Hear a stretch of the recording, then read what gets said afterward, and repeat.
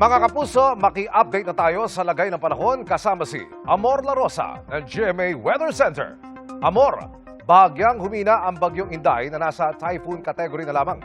Anong dapat pa ring paghandaan ng ating mga kapuso? Salamat, Emil. Bahagyang humina ang bagyong Inday pero wag pong makampante dahil dala pa rin yan ang matinding bugso ng hangin na may kasamang mga pag-ulan kasabay ng epekto ng pinalalakas itong southwest monsoon o habagat.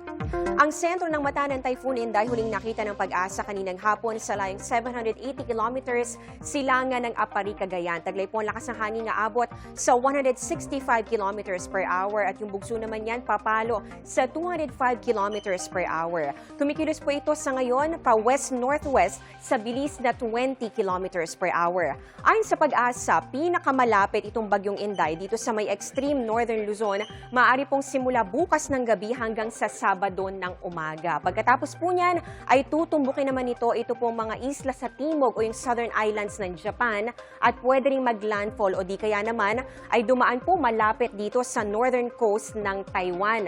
Sabado ng umaga o hapon ito posibleng lumabas ng Philippine Area of Responsibility bago tumama dito po yan sa eastern coast ng mainland China Sabado ng gabi o sa Linggo ng umaga. Pero patuloy po natin tututukan yung magiging pagbabago sa pagkilos nito.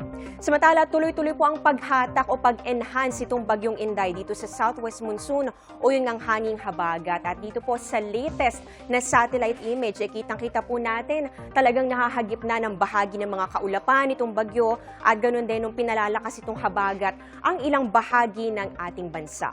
Dahil po sa bagyong Inday, wind signal number 2 na ang nakataas dyan po sa Batanes, eastern portion ng Babuyan Islands, ganun din sa northeasternmost portion ng mainland Cagayan. Wind signal number 1 naman ang nakataas sa natitirang bahagi ng Cagayan, kabilang ang nalalabing bahagi ng Babuyan Islands, Isabela, northeastern portion ng Quirino, Apayao, ganun din po sa northern portion ng Abra, kasama rin dyan ang Kalinga, eastern portion ng Mountain Province, eastern portion ng Ifugao, ganun din po dito sa Ilocos Norte, northern portion ng Aurora at pati na rin sa northern at central portions ng Catanduanes. Mga kapuso, dito po sa wind signals, yan po yung mga lugar na makakaranas ng malakas at pabugso-bugsong hangin dahil po sa bagyo. Pero iba pa rito yung banta ng mga matitinding buhos ng ulan.